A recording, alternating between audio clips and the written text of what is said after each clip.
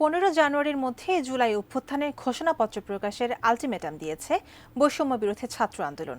সংবিধানের 24-এর ঘোষণাপত্রের স্বীকৃতি দেওয়ারও আহ্বান জানিয়েছেন বৈষম্য বিরোধী ছাত্র আন্দোলনের আহ্বায়ক হাসনাত আব্দুল্লাহ ও জাতীয় নাগরিক কমিটির মুখ্য সংগঠক সার্জিস আলম। নরসিংদী ও কুমিল্লায় আলাদা কর্মসূচিতে তারা এই আহ্বান জানান। বিস্তারিত ডেস্ক রিপোর্টে। বুধবার দুপুরে নরসিংদীর শিবপুরের ইটখোলা মোড় থেকে জুলাই অভ্যুত্থানের ঘোষণাপত্রের দাবিতে লিফলেট বিতরণ শুরু করেন জাতীয় নাগরিক কমিটির মুখ্য সংগঠক সার্জিস আলম। এ সময় নরসিংদী ও শিবপুরের সমন্বয়কদের পাশাপাশি শিক্ষার্থী জনতা অংশ নেয়।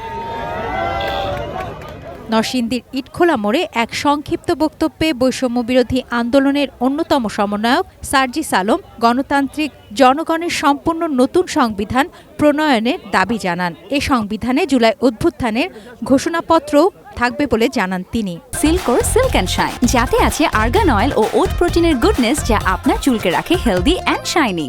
তো যারা এভাবে রক্তের বিনিময়ে, শরীরের বিভিন্ন অঙ্গের বিনিময়ে, জীবনের বিনিময়ে অভ্যুত্থান সফল করেছে, তাদেরকে সাক্ষী রেখে তাদের সামনে আমরা আমাদের জায়গা থেকে এই দাবিগুলো আপনাদের সামনে তুলে ধরছি।